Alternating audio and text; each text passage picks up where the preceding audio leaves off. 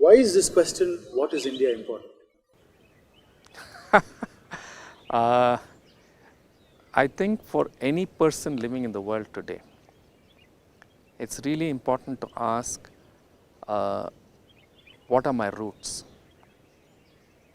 Because the homogenized idea of the world, the so-called globalized idea of the world, if you look at it carefully, is actually a commercialized idea of consumption, where everybody in the world is being converted into a consumer. And the process is actually dehumanizing. Yeah? I don't care if you're an American or a Britisher or a German or an Indian. The essence of understanding how I belong to the earth, what does the belonging to that particular geography and history mean to me, is being overlaid or actually suppressed by a globalizing, dehumanizing idea, right? Which is a consumer with no specificity. So look at the ads coming today. There are lots of ads coming in India today which have got Western people sitting on it. What's the underlying message? It doesn't matter who you are, you're just a consumer. Yeah? I think it deeply violates me and every one of us, right? So asking these questions now, what does my history mean to me? What does my geography mean to me? What does my local culture mean to me? I think is an extremely important question. Yeah. The other important thing is that when Sashi and I and most of us were just out of college, one of the big influences in our life was Dharampalji. Right? We've spent many years with him, and he was extremely concerned about this question of what is happening to India, because he was a Gandhian. He had seen the independence movement. He was one of the people who was the architects of the panchayat system, and he was watching all of this being misused. And is deeply concerned about the idea of development of India. Right? Can we develop? One of his favorite questions was, even if you say that a lot of things Indian are bad, can you lobotomize your brain and become westernized? You cannot. Right? Can we become a great country by running behind the tails of the West? This used to be a very important question for him. And his own research had shown up a lot of very beautiful aspects of the Indian way of doing things, right from governance to technology, medicine, so many things. And the way we are taught today completely obliterates this continuity. And it's extremely important for me to understand my continuity with its positives and its negatives. Right?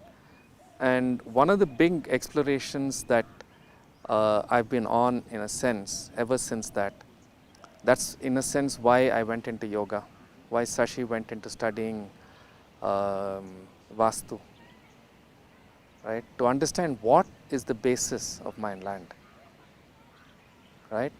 And the other person with whom I've had this dialogue continuously over the years is Kailasam. And several films that Kailasam has made, some of them with us, some of them in his other explorations, in which Sashi and I have been involved in understanding and how to put it together. The underlying question is simply this: what does it mean to be Indian? What is India? Right? And this is it's not a concluded question. It's an ongoing question. So I'd just like to bring all the films that we've made with Kailasam together, use that as a point of dialogue and ask the question, what does it mean to be Indian? How do we look at the confusion that we see in front of us? Right?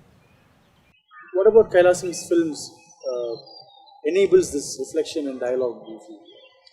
That's because the man behind the lens was always asking this question, and therefore every important film that he's made, right? We made a film on the ISI, Indian Statistical Institute, right, Calcutta. It throws up the strength of Indian thinking, modern Indian thinking, where more work was done on basic statistics in India than anywhere else in the world, and then went to Japan.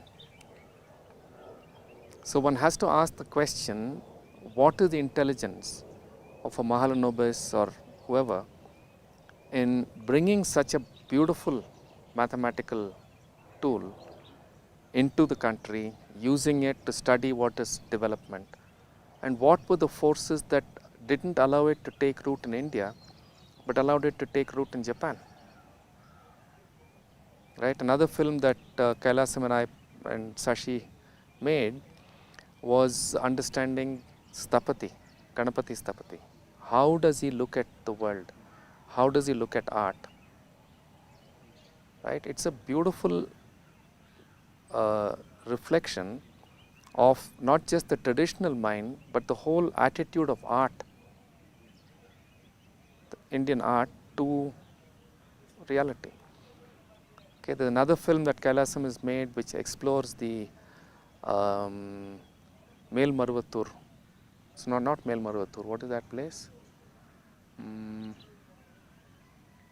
Melattur, where there is a whole reenactment of the Narasimha thing, and the person who dons the Narasimha mask actually goes into trance.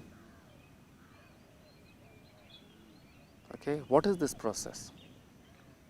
Or the whole movement of Bhopal,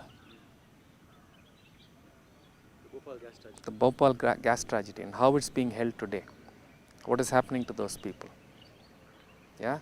Or there's another very beautiful film he's made about discrimination in India. You mean caste discrimination? Caste discrimination, religious discrimination. So one has to look at all of these together without a prejudiced starting point, but as an exploration of what does it mean to me to be Indian.